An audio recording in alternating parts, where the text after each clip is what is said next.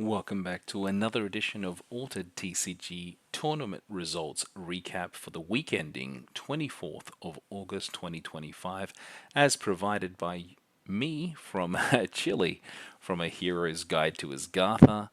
This was a fun week. It's a little bit lighter in terms of tournaments, and that is with a lot of the AQZ tournaments finishing up for this season as the team take a little break.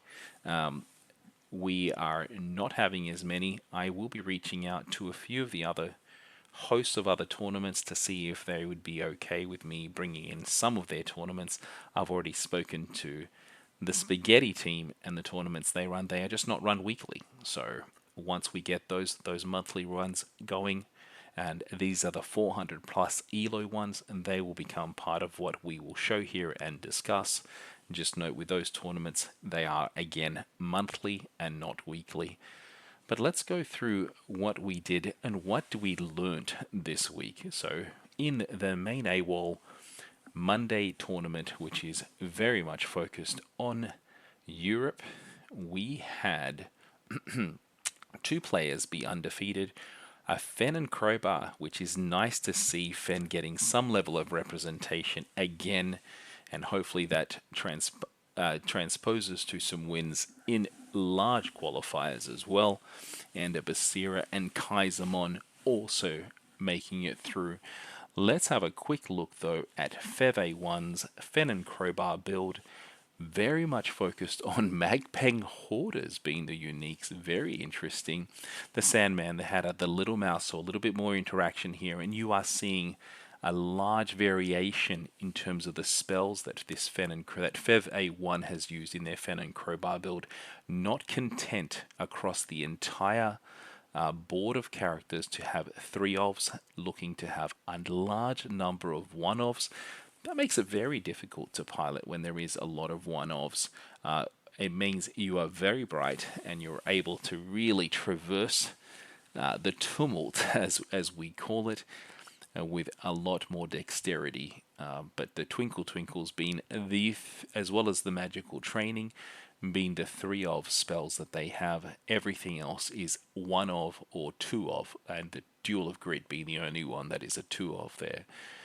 In terms of characters, you're seeing Hathor, you're seeing Anansi being played. Anansi makes sense given if you have a lot of cards in your reserve, so very, very cheap to be able to do it. Hathor, so you can return that Anansi potentially back to hand and then redo it again as many times as you can.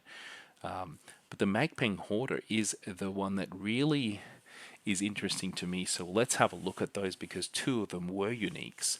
The first one is a 2/2 for 2/1/1 Magpeng Hoarder. When played from anywhere, if you've got 2 or more cards in reserve, draw a card. Okay, so these are draw card uniques. Very nice. The second one is a 3/2 for 1/1/2.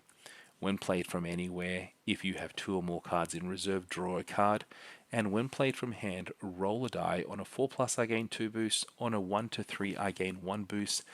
The first Magpeng Hoarder does have a quick ability though of the next spell you play this turn costs 1 less, and the second Magpeng Hoarder has a quick ability of you may exhaust target card in reserve. The third of the uniques was a Kodama 2/3 for 2/3/2. When played from anywhere, you may put a card from your hand in reserve. If you do, I gain 1 boost for each card in each player's reserve, so the Anansi effect, you're going live here. And when played from hand, I gain a sleep. Nice, not too bad. Well done to Fev A1, who was also joined by Basira and Kaisermon, piloted by Chris Gals, getting a win here. One single Arcolano Milk being the gear/permanent that is used. Everything else is cheap characters outside of a Clute and the Hunger. So we're seeing many more Hunger builds in the Basira and Kaisermon mold. You are still having the Tiny Gens, which will give you the ability of ramping, so you can play these characters and potentially play them early, or play them, or play them when you have a mana advantage against your opponent 2 Duel of Grits, 2 Rare Mana Eruptions, and 3 Physical Trainees. Of course, the Physical Trainees are there for not only the boost, but the draw. And not only do you get the 3 boost, you get a 4th one that Basira and Kaisermon can give you on some of these characters. Very interesting. The Klutes are two at the rare, and you only use the rare, never use a common Klute in these builds.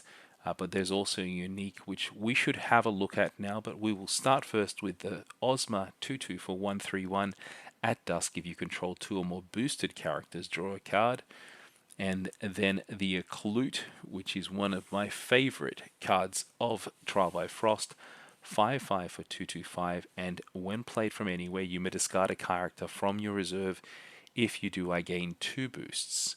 And then it says when I gain 1 or more boosts, if I'm the only character in my expedition, draw a card.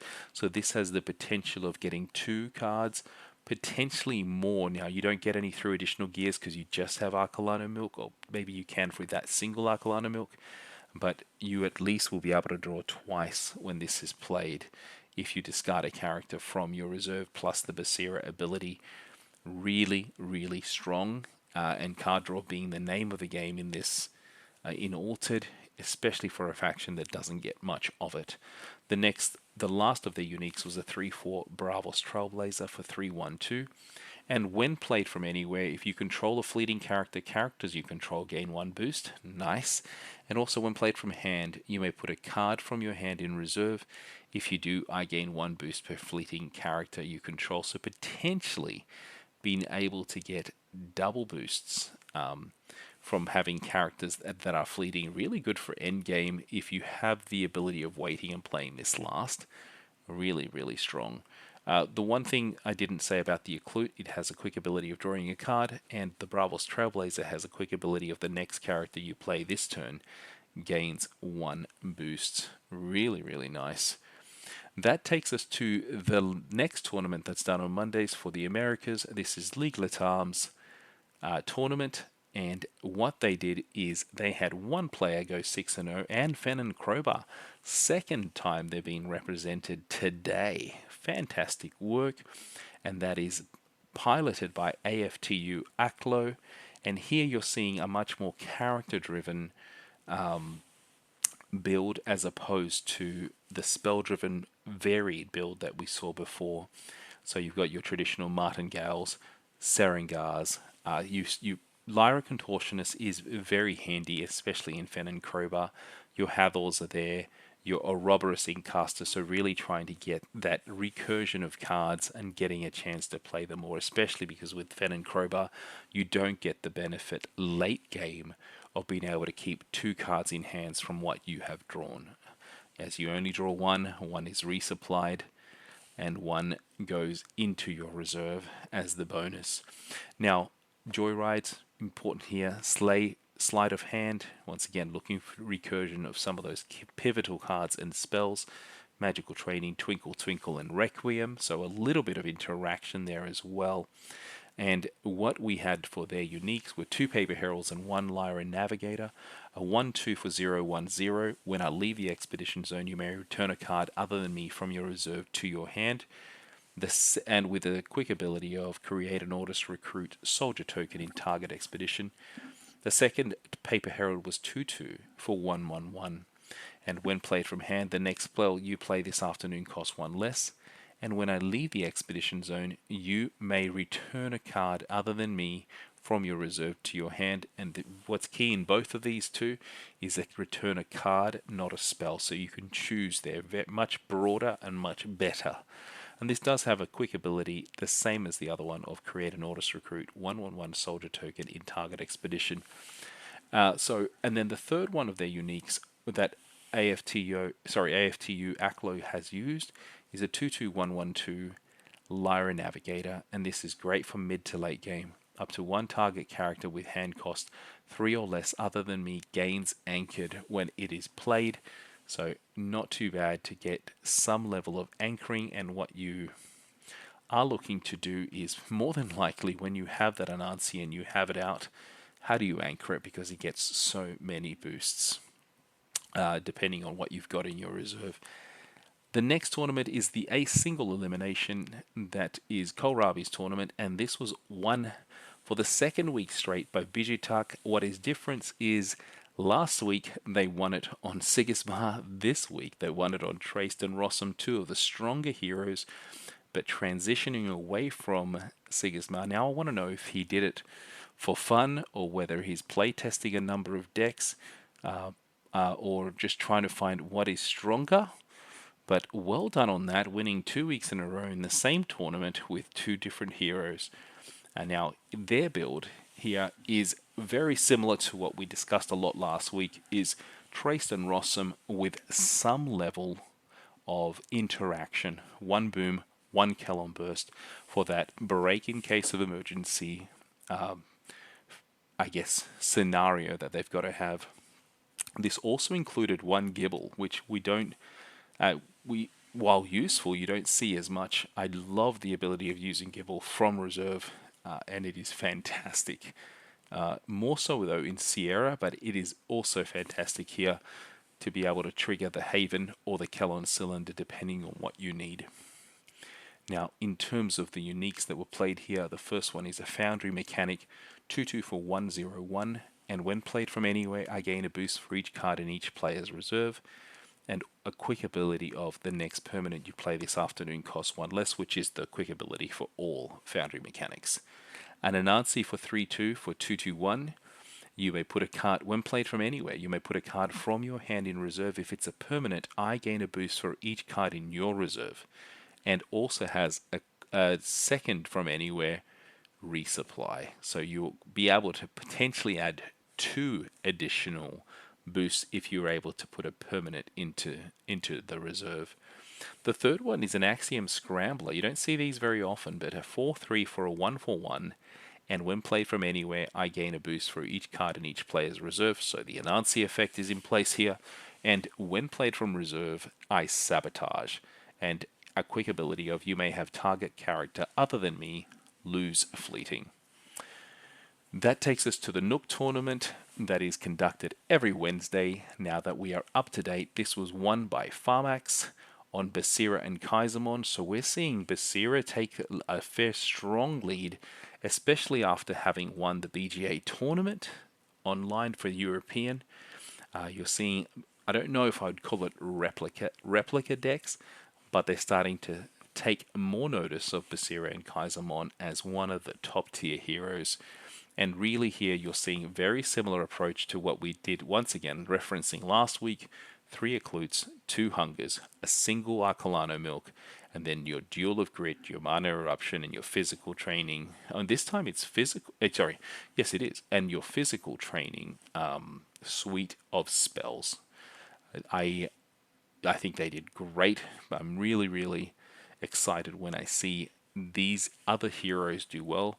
Once again, most people would have used Kojo, but Basira is getting up there now, very much getting almost equal representation to Kojo in the new Nook format.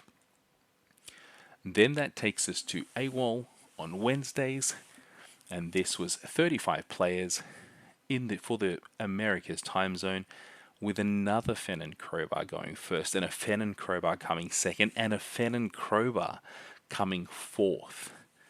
Really, it became the week of Fen, and this was piloted, the winning deck was piloted by Cesar Chasm, and they had a very much 2-to-1 characters to spell build, and we are seeing, which is what is becoming very common in Fen and Crowbar, is a lot of characters that were 1-ofs, 2-ofs, and as well as the spells 1-ofs, 2-ofs, rather than the 3-of.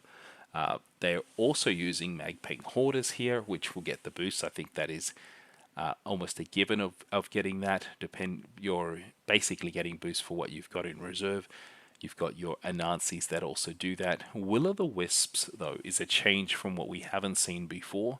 The little mouse purely there with, well, it does have good stats, but for that interaction, or as the other way of putting it, to be able to exhaust, and so sabotage a card and then exhaust what comes in play.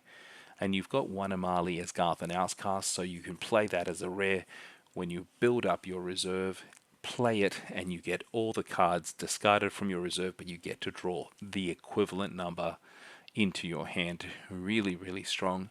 If you're able to take part of a day off to, given the stats on the Amali may not be what you want because you have to play it so early because its cost is 5. Now, the three uniques that Cesar Chasm had is a 3/2 Kodama for 4/2/3. When played from hand, draw a card, and when played from reserve, I gain a sleep.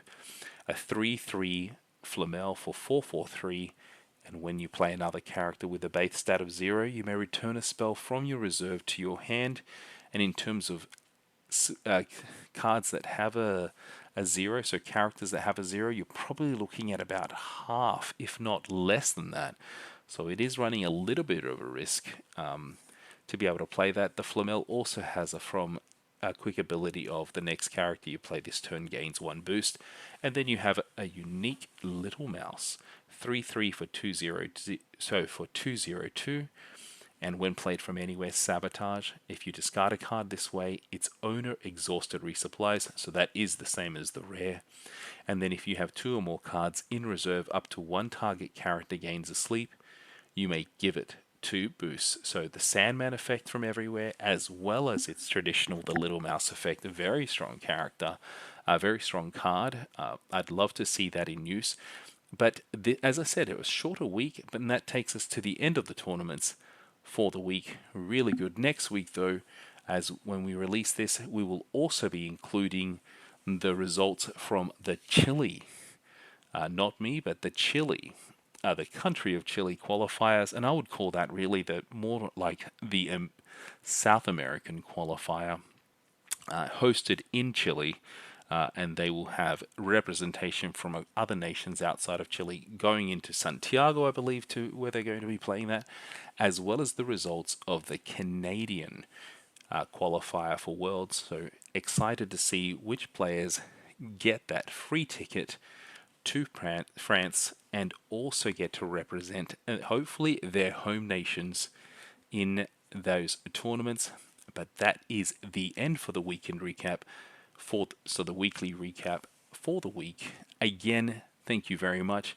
I'm Chili again from A Hero's Guide to Asgartha, and enjoy your week.